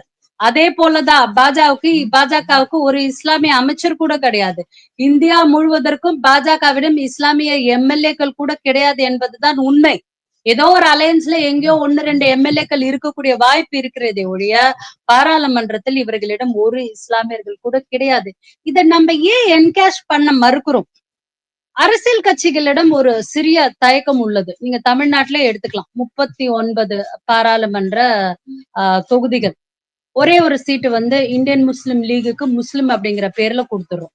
அது ஒரு முஸ்லிம் கட்சி, அதனால வந்து அந்த கட்சியில முஸ்லிம் தான் இருக்க முடியும். அப்ப அங்க சீட்டு கொடுத்தா ஒரு முஸ்லிம்க்கு தான் கொடுக்க முடியும். கூட்டணியில நம்ம கொடுத்துடுறோம். இதே அடுத்த கூட்டணி அலையன்ஸ் பார்ட்னர் திமுகல எந்த இஸ்லாமியர்களுக்கு சீட்டு கொடுக்குறாங்க, இல்ல காங்கிரஸ்ல எந்த இஸ்லாமியர்களுக்கு சீட்டு கொடுத்தார்கள்? 2019 நீங்க கால்குலேட் பண்ணி பாத்துக்கோங்க, 2024 நீங்க கால்குலேட் பண்ணி பாத்துக்கோங்க. அதே மாதிரி ஆம் ஆத்மி பார்ட்டிக்கு நீங்க டெல்லிக்கு வந்து மூவ் பண்ணுங்க. இப்ப சமீபத்துல நடந்த டெல்லி எலெக்ஷன்ல நான் கால்காஜி அப்படிங்கிற சட்டமன்றத்துக்கு வந்து எங்க அகில இந்திய மகளிர் காங்கிரஸ் தலைவி அல்கா லாம்பா அவர்கள் கண்டெஸ்ட் பண்றாங்க. அங்க நான் ஏஐசிசி தரப்புல தேர்தல் பொறுப்பாளரா இருக்கேன். நிறைய ஜமாத்தை போய் நான் சந்திக்கிறேன். அப்ப ஜமாத்துகளை போய் நான் சந்திக்கும் போது அவங்களுக்கு வந்து நான் ஓட்டு சேகரிக்கும் போது என்கிட்ட என்ன சொல்றாங்க, ஜமாத்தில் இருக்கக்கூடிய உலமாக்கள் அந்த பெரியவர்கள் என்ன சொல்றாங்க, நாங்க காங்கிரஸ்க்கு ஓட்டு போடுவதனால் மட்டும் காங்கிரஸ் ஜெயித்து விடுமா? அப்ப நாங்க போடுற ஓட்டு எங்களுக்கு வேஸ்ட் ஆயிடாதா? அப்போ ஜெயிக்கக்கூடிய கட்சியா நாங்க நினைக்கக்கூடிய ஆம் ஆத்மி பார்ட்டிக்கு நாங்க ஏன் அந்த ஓட்டை போட்டுட்டு அவங்கள ஸ்ட்ரென்தன் பண்ணக்கூடாது அப்படின்னுட்டு அந்த தொகுதியில என்ன கேட்டாங்க. அங்க இருந்த கேண்டிடேட் வந்து சிஎம் கேண்டிடேட் அத்திஷி அப்படிங்கிற ஆம் ஆத்மி பார்ட்டியோட கேண்டிடேட். அங்க இஸ்லாமியர்கள் ஆம் ஆத்மி பார்ட்டிக்கு தான் ஓட்டு போட்டாங்க.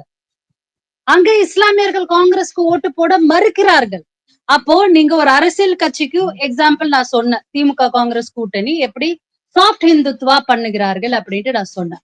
அப்ப ஆம் ஆத்மி பார்ட்டி அங்க வந்து மக்கள் எப்படி ஓபன் முஸ்லிமிசம் ஓபன் இஸ்லாமிசம் பண்றாங்க அப்படின்ட்டு நான் உங்களுக்கு ஒரு எடுத்துக்காட்டு ஒரு உதாரணத்திற்காக சொன்னேன். அப்போ பப்ளிக்கோடவும் மக்களோடவும் மத்த இந்தியா அலையன்ஸோட இருக்கக்கூடிய அந்த ஒரு அலையன்ஸ் பார்ட்னர்ஸோடவும் ஒரு கோஆர்டினேஷன்ங்கிறது கிடையாது இல்ல. மக்களும் நம்ப மறுக்கிறார்கள், நாமளும் வந்து அரசியல் கட்சிகளும் அந்த சிறுபான்மை மக்களை நம்ப மறுக்கிறோம், சிறுபான்மை மக்களும் நம்ம வந்து மறுக்கிறார்கள். எங்கேயோ ஒரு கட்டத்துல நம்ம வந்து இவங்க கிட்ட இருந்து விலகி போய்விட்டோம். அவர்களிடையே அந்த நம்பிக்கையை கொண்டு வருவதற்கு ஒரு நம்பிக்கையான ஒரு இஸ்லாமிய தலைவர் அப்படிங்கிறது காங்கிரஸ் அளவிலையும் சரி இந்தியா அலையன்ஸோட அளவிலையும் சரி இந்தியால எங்கேயுமே இல்ல. யாருன்னா ஒருத்தர் பேர் 2 பேர் இருந்தா நீங்க யோசிச்சு சொல்லி பாருங்க. இந்திய அளவுக்கு பாப்புலரான தலைவர் குலாம் நபி ஆசாத் போன்ற ஒரு ஆளுமை இருந்தார். அதுக்கப்புறம் அஹ்மத் பட்டேல் என்கிற ஒரு ஆளுமை இருந்தார். அதுக்கப்புறம் சல்மான் குர்ஷித் அப்படிங்கிற ஒரு ஆளுமை இப்போதும் இருந்து கொண்டிருக்கிறார். ஆனா வயதாகி விட்டது. அந்த டைம்ல இருந்த ஒரு விக்ராசிட்டி அப்படிங்கிறது இப்ப வந்து கொஞ்சம் வயதுக்கே உண்டான முதிர்ச்சினால குறைந்திருக்கிறது. இதை தவிர ஒரு இஸ்லாமிய ஆளுமைகள் இந்தியா அலையன்ஸ் கூட்டணியில எங்க இருக்காங்க நீங்க கண்டுபிடித்து எடுங்க. மக்களிடமிருந்து நாம் நகர்ந்து சென்று விட்டோம். அந்த மக்களோட கனெக்டிவிட்டி அப்படிங்கறத கொண்டு வரணும் அப்படின்னா அந்த சமூகத்திலிருந்து ஒரு தலைவன் உருவாகினால்தான் அந்த ஒரு கனெக்டிவிட்டிய வந்து நம்ம கொண்டு வர முடியும். இதுல நம்ம எங்கேயோ வந்து லாக் ஆகிறோம். அந்த பொலிட்டிக்கல் பார்ட்டிஸோட கனெக்டிவிட்டி பப்ளிக்கோட அந்த கனெக்டிவிட்டியோட இன்னும் வந்து சிங்க் ஆகல. தமிழ்நாட்டிலேயே நான் நிறைய இடத்துல பாக்குறேன். இப்ப அஇஅதிமுக பாஜக கூட்டணி வந்துருச்சு அப்படின்னா மக்கள் இஸ்லாமிய மக்களே வந்து அஇஅதிமுகக்கு ஓட்டு போடணும் அப்படின்னு நினைப்பாங்க. அந்த ஸ்டான்ச்சான அஇஅதிமுக தொண்டன் என்ன அங்க பாஜக நிக்கிறதுனால மாத்தி ஓட்டு போட்டுற போறாங்களா? இல்ல பாஜக அஇஅதிமுகவோட கூட்டணியில இருக்கு அப்படிங்கறதுனால அஇஅதிமுகவோட கேண்டிடேட் நிக்கிற இடத்துல அந்த இஸ்லாமியர் வந்து ஓட்டு போடாம போயிட போறாங்களா? அதெல்லாம் பண்ண மாட்டாங்க. அந்த ஸ்டான்ச்னஸ் அப்படிங்கிறது இப்ப வந்து விஜய் வந்து ஒரு நடிகரா வந்து நீங்களும் நானும் வந்து ரசிக்கலாம். எனக்கு கூட விஜய் பிடிக்கும். ஆனா ஒரு அரசியல் கட்சி அப்படின்ட்டு வரும்போது நீங்களும் நானும் போய் விஜய்க்கு ஓட்டு போட்டுருமோமா? போட மாட்டோம். நமக்கு உயிர் வந்து காங்கிரஸ் தான். சோ மக்கள் வந்து நம்மள பாக்குற கண்ணோட்டம் வந்து எங்கேயோ மாறுபடுகிறது, எங்கேயோ வந்து அது லேக் ஆகிறது. அதை வந்து கூடிய சீக்கிரத்துல நாம சரி செய்து கொள்ள வேண்டிய ஒரு கட்டாயத்தில் இருக்கிறோம். நன்றி. அடுத்து ரியாஸ் தோழர் உங்களுக்கு क्वेश्चंस தான் கேளுங்க.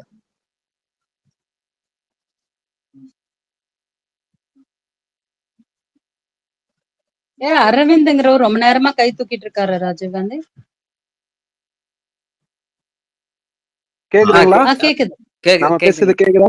ரொம்ப சந்தோஷம்.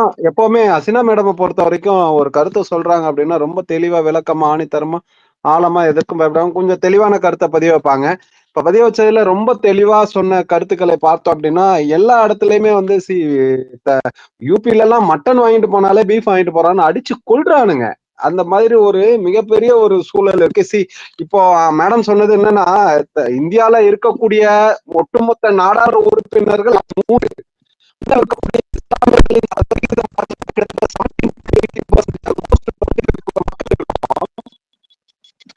அதுல ஒரே ஒரு கட்சிக்கு மனம் இல்லை என்று சொன்னால் இஸ்லாமியர்களுக்கு எந்த வகையில நீங்க நல்லது செய்வாங்கன்னு நினைக்கிறீங்க? இஸ்லாமியர்களுக்கு நல்லது செய்வதற்காக இந்த சட்டத்தை உருவாக்கினார்கள் என்று ஒரு மாய தோற்றத்தை உண்டு பண்ணுகிறார்கள். இதெல்லாம் பரவாயில்ல, நம்ம பெருசா கூட எடுத்துக்க தேவையில்ல. 543 தானே, அதுல ஒண்ணு கூட வரலன்றது ஒரு பெரிய விஷயமே இல்லைன்னு கூட ஒரு சிலர் பாஜக சார்ந்தவர்கள் அதை ஏற்றுக்கொண்டு சகித்து கொண்டு போகக்கூடிய இஸ்லாமியர்கள் நிறைய பேர் அதுல இருக்காங்க. அது செகண்டரி. ஆனா சட்டமன்ற உறுப்பினர்கள் நீங்க இந்திய அளவுல பாத்தீங்க அப்படின்னா 4133 சட்டமன்ற உறுப்பினர்கள் இருக்காங்க. இந்த 4133 சட்டமன்ற உறுப்பினர்கள்ல கிட்டத்தட்ட நம்ம இஸ்லாம் ஏற்றுக்கொண்ட அந்த சகோதரர்கள் இருப்பது வந்து 233 சட்டமன்ற உறுப்பினர்கள் இருக்காங்க. இதுல ஒரே ஒரு சட்டமன்ற உறுப்பினர் பாஜக யூபில இருந்து இருக்கிறாங்கன்றது தகவல். அது சரியான தகவல் கொஞ்சம் ஒரு எம்எல்ஏ 4133 எம்எல்ஏல ஒரே ஒரு எம்எல்ஏ 203 காங்கிரஸ் பெரும்பான்மையா 76 நாடாளுமன்ற சட்டமன்ற உறுப்பினர்கள் இருக்கான்றது சிறுபான்மை மக்களின் பாதுகாவலராக காங்கிரஸ் இயக்கம் இருக்குதுன்றதுக்கு ஒரு உதாரணம். இது ஒரு அதிகாரத்தில் பங்கு கொடுக்க அதிகாரத்தை பறிப்பதற்கு ஒரே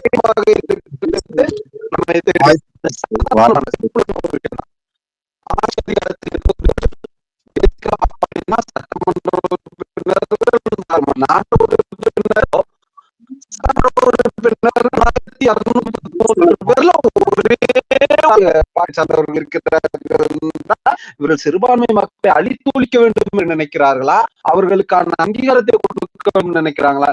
ஆமா, முத்தலாக் பத்தி நம்ம சொன்னோம்னா மாற்று சகோதரர்கள் இல்ல, இஸ்லாமிய சகோதரர்கள் நிறைய பேர் கேள்வி என்று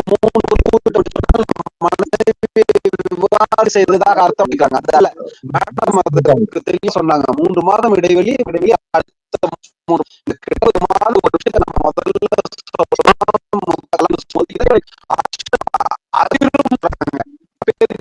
ஒரு விஷயத்தை செய்வதற்கு அஞ்சுவான். அதுவும் இல்லாத சூழல் என்று வரும்பொழுதுதான் அதை செய்வார்கள். பாத்தீங்கன்னா அடுத்தது ஒரு 3 மாதம் பார்த்தோம்னா ஒரு 6 மாதம் கரெக்டா ஸ்டார்ட் பண்றோம். அடுத்தது ஒரு 3 மாதம், அடுத்த 3 மாதம் ஒன்று சேர்வதற்கான வாய்ப்புகளையும் கொடுக்குது சட்டம். இது அனைத்தையும் மீறி அந்த பெண் வந்து அந்த பெண்ணுக்கான உரிமை பறிக்கப்பட்டுன்னு தான் சொல்லலாம். ஆனா பாஜக சார்ந்தவர் சொல்லுவாங்க, பெண்களின் உரிமையை நாங்க பாதுகாக்கிறோம், இஸ்லாமியர்களின் உரிமைகளை பாதுகாக்க இருக்குன்னு சொல்லுவாங்க. நீங்க பாத்தீங்க அப்படின்னா எத்தனை பெண்களை அவர்கள் வந்து நிர்கதியாக நிற்க வைத்திருக்கிறார்கள் என்று பாஜகவை சார்ந்தவர்கள் செய்யக்கூடிய அநீதியின் காரணமாக பல பெண்கள் இன்னைக்கு கஷ்டப்பட்டு இருக்காங்க, துயரப்பட்டு இருக்காங்க. இதுதான் உண்மையும் கூட. பெண்களுக்கு முழு சுதந்திரம் அளித்திருக்கக்கூடிய ஒரு மதமாக நாம் பார்க்கக்கூடாது. இஸ்லாமியர்களுக்கு நிச்சயமாகவே இருக்கிறது. விஷயத்துல கூட ஹிஜாப் என்னுடைய உரிமை என்று சொல்றாங்க பெண்கள்.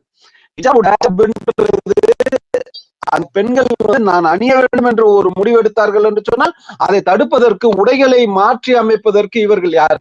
இவர்களுக்கு எந்த அதிகாரம் யார் கொடுத்தது?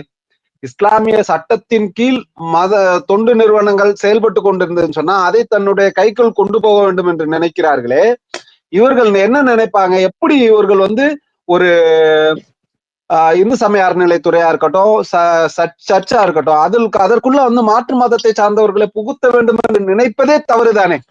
இஸ்லாமியனாக ஒருவனை கொண்டு போய் இந்து சமய அறநிலைத்துறையில வந்து உறுப்பினராக சேர்த்தா கூட எங்களால் என்ன செயல்பட முடியும்னு நினைக்கிறீங்க? எப்படி இருக்க முடியாங்க?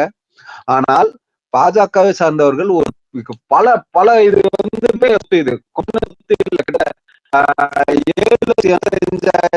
7,930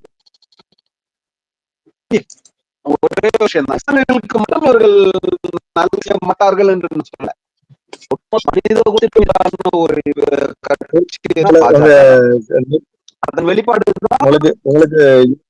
அதன் வெளிப்பாடுதான் உங்களுக்கு நெட்ல நினைக்க ஒழுங்கா வாய்ஸ் ஒழுங்கா கேட்கல.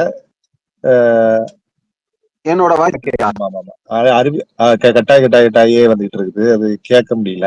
ஆண்டோ சார், அரவிந்த் அப்படிங்கிற ஒருத்தர் ரொம்ப நேரமா நம்ம அரவிந்த் பாருங்க.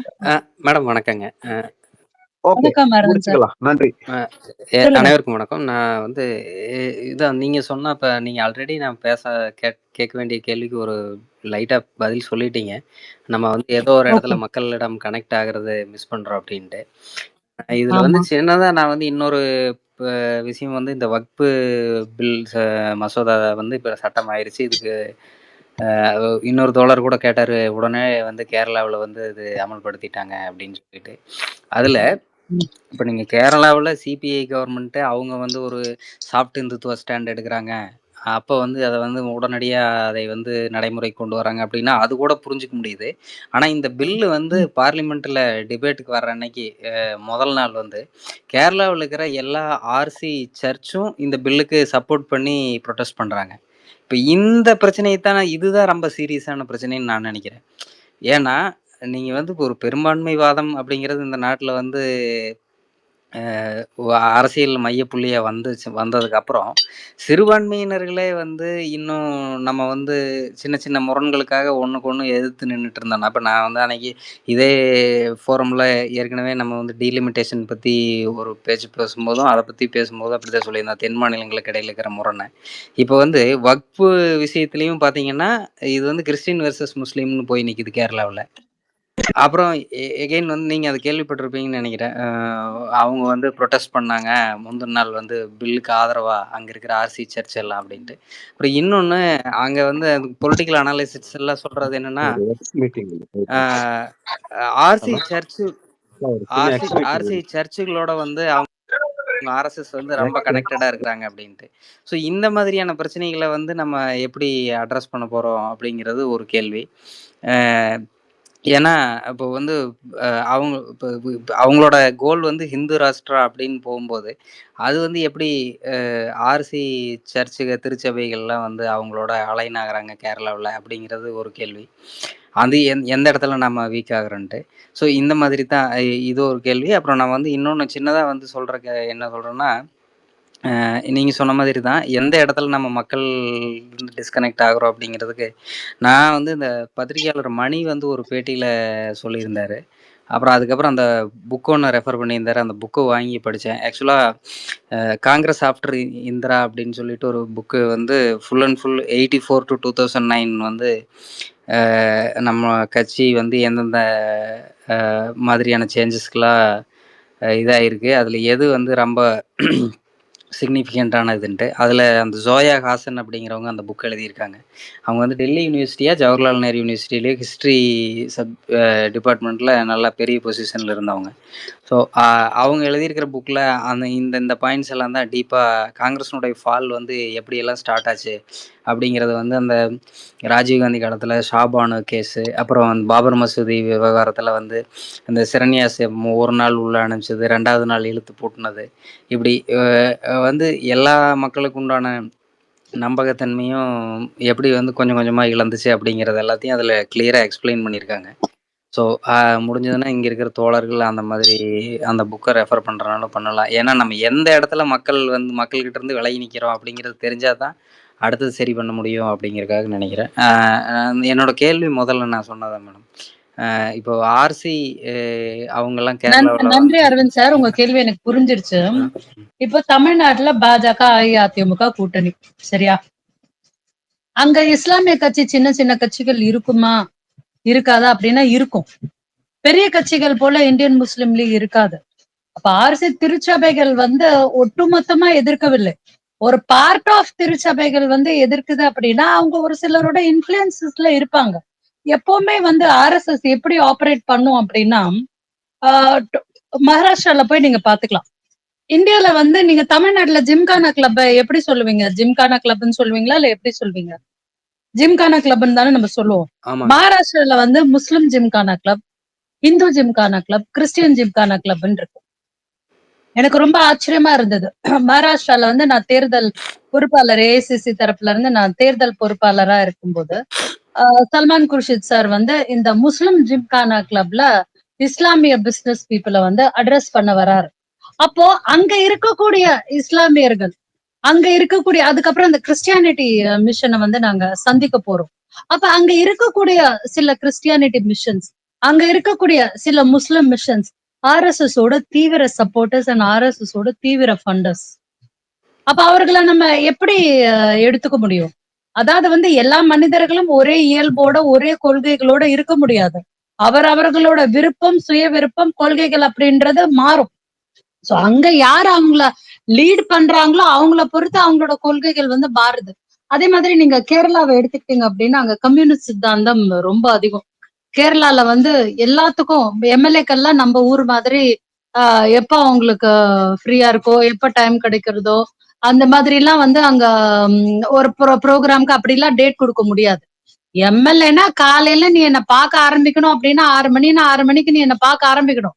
இல்லைன்னா ஒரு சாதாரண பிரஜைய வந்து சண்டை போடுவாங்க. 6 மணி 7 மணினா 7 மணிக்கு வரணும். எம்எல்ஏக்கள் வந்து ரவுண்ட்ஸ்ல இருந்துட்டே இருக்கணும். அதே மாதிரிதான் பஞ்சாயத்து பிரசிடென்ட்ஸும். பஞ்சாயத்து பிரசிடென்ட்ஸ் எல்லாம் ரவுண்ட்ஸ்ல இருந்துட்டே இருக்கணும். இல்லைன்னா அடுத்த வாட்டி உங்களுக்கு ஓட்டு போட மாட்டாங்க. ஒரு சாதாரண ஸ்கூல் படிக்கிற பையன் கூட வந்து கேள்வி கேட்கலாம். கேரளால வந்து டோட்டல் பொலிட்டிக்கல் ஸ்ட்ரக்சரே ரொம்ப டிஃப்ரெண்ட். ஒட்டுமொத்தமா இந்தியால வந்து காங்கிரஸ் கட்சிக்கு ப்ராப்பரா பூத் வைஸ் நீங்க போனீங்க அப்படின்னா பெயர் சொல்லக்கூட அளவுக்கு பூத் மெம்பர்ஸை எடுத்து காமி அப்படின்னா அங்க இருக்கக்கூடிய தொண்டனால பெயர் சொல்லி காமிக்க முடியும், நம்பரை எடுத்து கொடுக்க முடியும். அந்த அளவுக்கு ஒரு கட்டமைப்பு, கட்டுக்கோப்பான இடத்துல வந்து அவங்க என்ன நினைக்கிறாங்களோ அங்க பண்றாங்க மக்கள். யாரும் அவங்கள வந்து ஃபோர்ஸ் பண்றது கிடையாது. சபரிமலை இஷ்யூ ஆகட்டும், இல்ல எந்த ஒரு இஷ்யூ ஆகட்டும், அவங்களுக்கு நினைக்கிறத பண்ணுவாங்க. கம்யூனிஸ்ட் பார்ட்டி நம்மளோட மேஜர் அலையன்ஸ் தான் இந்தியா அலையன்ஸ்ல. ஆனா வயநாட்டுல வந்து அவங்க பிரியங்காஜியை எதிர்த்து வந்து கண்டெஸ்ட் பண்ணதான் செஞ்சாங்க, ராகுல்ஜியை எதிர்த்து கண்டெஸ்ட் பண்ணதான் செஞ்சாங்க. 2 எலெக்ஷன்லயுமே நான் இருந்தேன் வயநாட்டுல. போன வருஷம் இந்த டைம்ல எல்லாம் ராகுல்ஜியோட வயநாடு தொகுதியில தான் நாங்க கேம்பெயினிங்ல இருக்கோம். சோ அதனால கேரளாவோட பொலிட்டிக்கல் ஸ்ட்ரக்சர் வந்து இந்தியால இருக்கக்கூடிய அத்தனை பொலிட்டிக்கல் ஸ்ட்ரக்சர்ல இருந்து ரொம்ப மாறுபட்டது.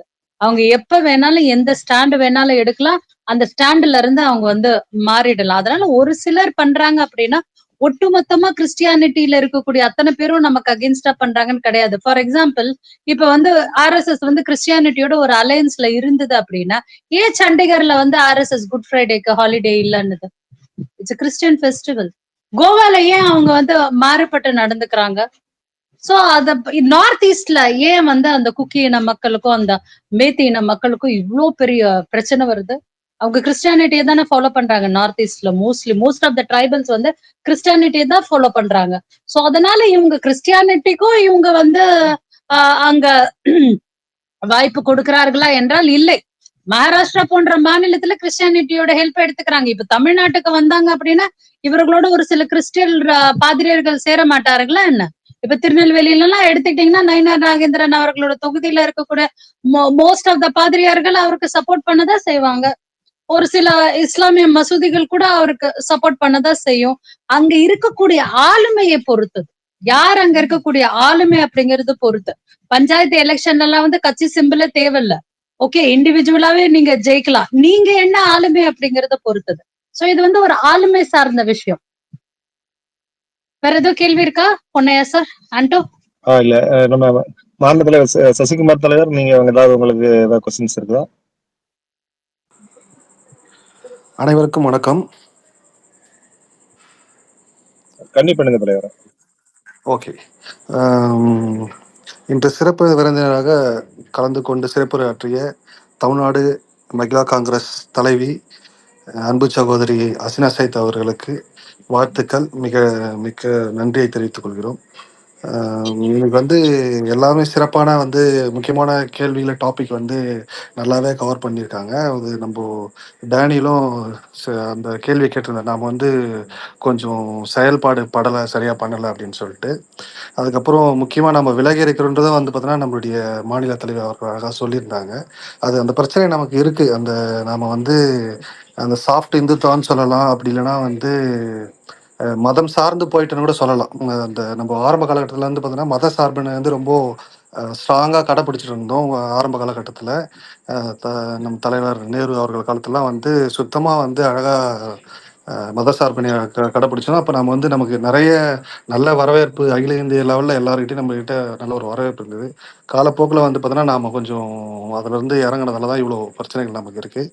அதுவும் எல்லா டாப்பிக்கும் வந்து சொல்லிட்டாங்க, நம்ம ரெப்ரசன்டேஷன் எவ்வளோ கம்மியாக இருக்குது அப்படின்றத பேசினாங்க. ஸோ மிக்க நன்றி. சிறப்பாக இந்த நிகழ்ச்சிக்கு வந்து சிறப்பாற்றிய தலைவி அஸ்னா சேத்தருக்கு நன்றி. அப்புறம் இந்த நிகழ்ச்சியை சிறப்பாக ஒருங்கிணைத்த நம்ம ஆண்டோ அவர்களுக்கும் இதில் கேள்விகளை எழுப்பிய அனைவருக்கும் நன்றி தெரிவித்துக் கொள்கிறேன். நன்றி, வணக்கம். அன்பு சகோதரர் சசிகுமார் அவர்கள் வந்து ஒரு ஒரு யங் ஜெனரேஷன் அப்கமிங் பாலிட்டிஷியன். சசிகுமாரை நான் முதல் சந்திச்சது வந்து என்னோட க்ளோஸ் ஃப்ரெண்ட் ஆஷா டேனியல் அப்படின்னு சொல்லிட்டு ரோட்டரி கிளப்ல இருக்காங்க. ஸோ அவங்க மூலியமா நான் அவரோட ஆஃபீஸ்க்கெல்லாம் போயிருக்கேன். அப்பவே நான் நினைச்சேன் ஹீஸ் காட் அ ஃபயர் அப்படின்னுட்டு. ஸோ அந்த அளவுக்கு ஒரு ஃபயர் பிராண்டா இன்னைக்கு வந்து சசிகுமார் அவர்கள் காங்கிரஸ்ல உருவாகிட்டு இருக்காரு. முக்கியமாக இந்த பஞ்சாயத்தி ராஜ் அப்படின்னப்படக்கூடிய இந்த காங்கிரஸோட வேர், நம்ம காங்கிரஸ் கட்சியோட வேரே வந்து எந்த ஒரு அரசியல் கட்சியோட வேரும் வந்து பஞ்சாயத்துல இருந்து தான் தொடங்குகிறது. அப்படிப்பட்ட ஒரு பஞ்சாயத்தி ராஜை வந்து அவர் நிர்வகிக்கிறார். மீனாட்சி நடராஜன் மேடமோட நான் வந்து ஏபிஆர்ஓவா ஒர்க் பண்ணியிருக்கேன் ஆந்திர பிரதேசத்துல. எனக்கு தெரியும் மேடமோட ஒரு செலெக்ஷன் எப்படி இருக்கும், எப்படி வந்து ஒரு முன்னோக்கி ஒரு திங்கிங்கோட தாட் ப்ராசஸோட சசிக்கு வந்து இந்த ரெஸ்பான்சிபிலிட்டிய கொடுத்திருப்பாங்க அப்படின்னுட்டு.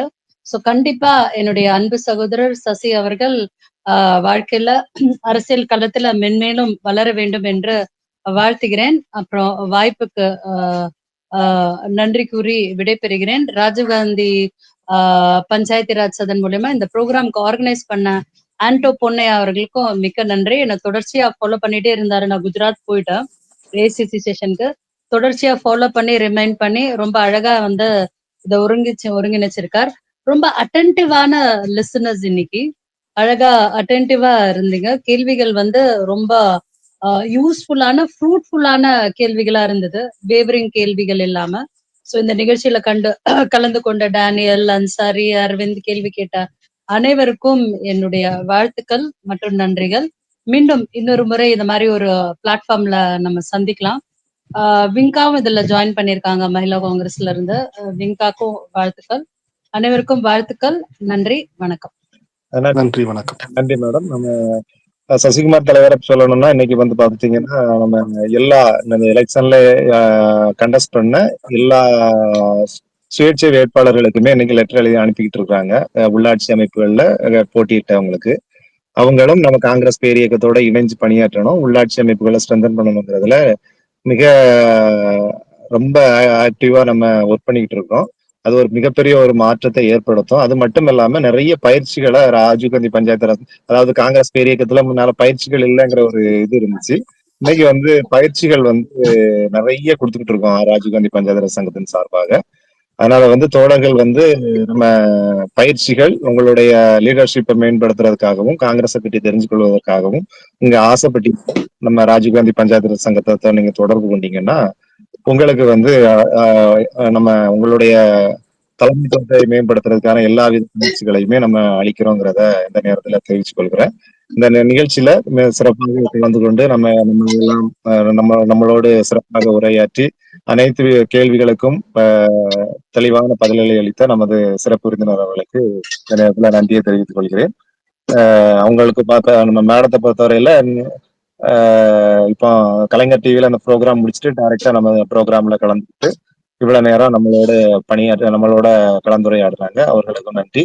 நமது மாநில தலைவர் அவர்களுக்கும் நன்றியை தெரிவித்துக் கொள்கிறேன். மற்றும் கலந்து கொண்ட அனைத்து தோழர்களுக்கும் நன்றி கூறி நாளைக்கும் நாளை நடைபெறக்கூடிய நமது இது மாதவிடாய் தீட்டா அல்லது தீட்டா இது அறிவியல் கருத்துக்களை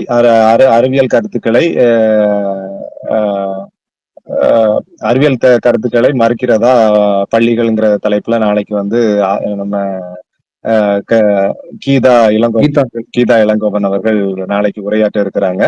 அந்த நிகழ்ச்சி வந்து நம்ம சிறப்பு விருந்தினரும் மிக பிரபலமான ஒரு சிறப்பு விருந்தினர், ஒரு மாதவிடாய்ங்கிற ஒரு ஆவணப்படத்தை சிறப்பாக எடுத்து மிகப்பெரிய ஒரு விழிப்புணர்வை மக்கள் மத்தியில ஏற்படுத்திய ஒரு தோழர்.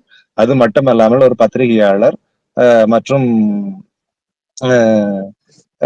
புக்கு இது துப்பட்டா போடு தோழி மற்றும் நிறைய புத்தகங்களையும் எழுதக்கூடிய ஒரு தோழியாக இருக்கிறார்கள்.